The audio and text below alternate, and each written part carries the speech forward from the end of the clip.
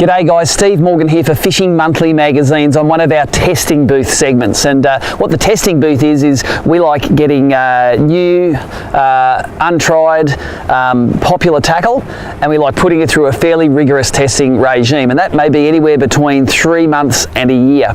Now, something that I've been running on my boat for the last whole year is the Australian version of the Hydrowave. Now, if you don't know what a Hydrowave is, a Hydrowave, it's this little unit here, and it's this speaker here, and what it does is it transmits into the water recorded, filtered and concentrated sounds of various things.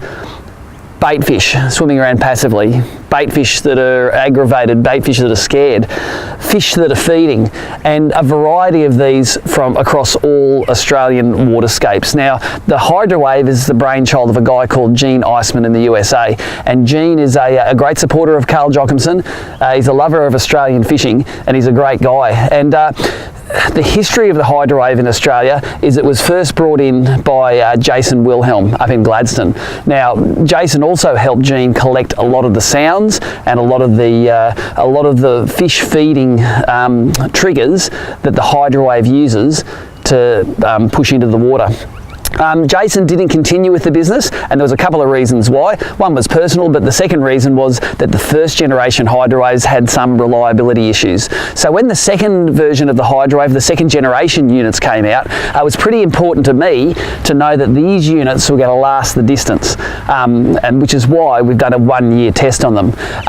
The way you tell the difference between a generation 1 and generation 2 unit is in the side here. There's a single plug for the power and for the speaker all in one. The old units have one plug for power and one plug for speaker. That's the way you can tell the difference. The Hydrowave, it's no longer has a distributor in Australia. You have to buy it straight from the USA. I don't think that's because they don't want a distributor here. I just think that's the easiest way for them to do it at the moment.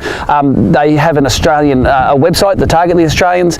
It's down the bottom here. You can read it there, and it normally costs a certain amount of US dollars, which includes freight to your door, and depending on what the exchange rate is, one of these can be on your boat. It's normally around $500 or $600 by the time you land it here. I had 2 units actually. I got this test one from Gene, and I actually bought one as well, which I left in Western Australia on Ian Sewell's boat. Used it in the bream tournaments over there. Great news about the Australian Hydrowave is I haven't been able to break it for a whole year. Now, the testing cycle I put it through was fairly rigorous. It's sitting on the front of my Stratus bass boat, which gets used mainly in salt water and a little bit in fresh water. And I have left this unit on the boat the whole time, plugged in, the speaker running on top of my armature for the electric motor, and that's it. No maintenance apart from hosing it down on the end. And I thought if anyone can break it, I can break it in a whole year of travelling around Australia and giving it an absolute flogging.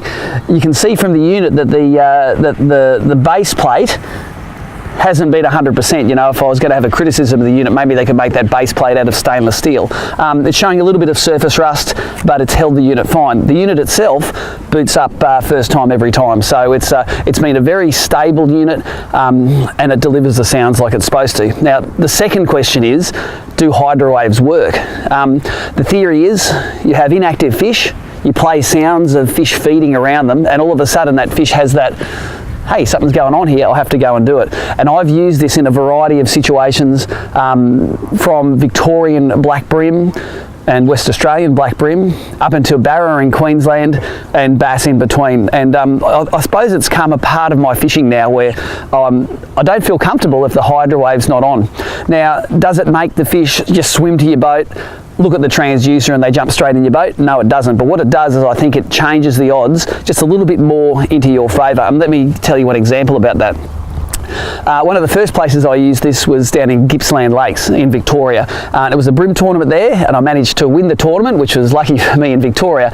But the way the Hydrowave would work there is I would fish a dock, and then I would go in close to the dock, and I had this set on the shrimp sound, on panicking shrimp.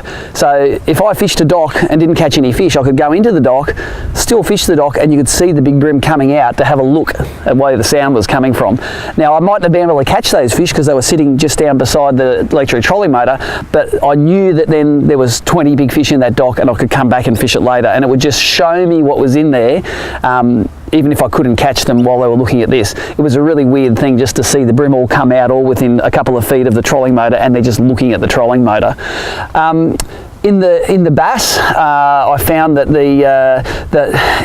I wouldn't run it on like full speed, full noise. You can adjust the volume up and down, and you can adjust the times that it plays. Like you can have it at intervals, or you can have it consistent. I found just a gentle sound of bony bream playing through your boat would get those fish in the right mood to bite. The whole thing for me, and I did probably more bream fishing than anything with this, is that what the Hydrowave does is it nearly disguises your presence when you're having a boat. So normally with bream fishing, so fishing a crankbait for bream, I'll get most activity in the first half of that retrieve. With the Hydrowave on, I get a lot of activity in the second half of the retrieve and where it's near the boat. And an example of that was one of the first generation Hydrowaves I was using in the Tweed River.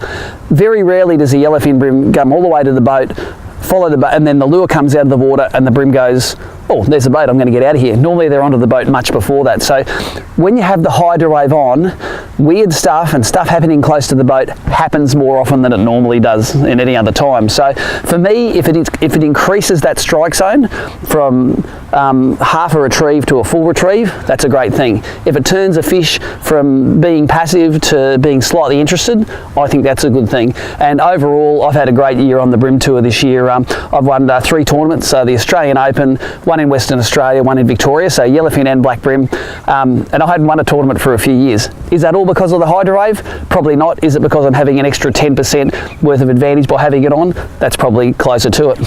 The way the Hydrowave works, of course, is you turn it on, you scroll through the sounds. I'll put a list of the sounds on the side here. You can see all the different sounds that you can play, and it plays them through this underwater speaker here. Pretty simple setup, but the whole key is having those right sounds there, and the work that Gene, Jason, a lot of the other guys did in recording the sounds, I think is paying off in the long term. So if you want to have a crack at the second generation Hydrowaves, from my point of view, they're very reliable. Are they worth $600? For me, I think so. And if you want that extra advantage, make sure you check out the website and see if you want to give the Australian Hydrowave a go.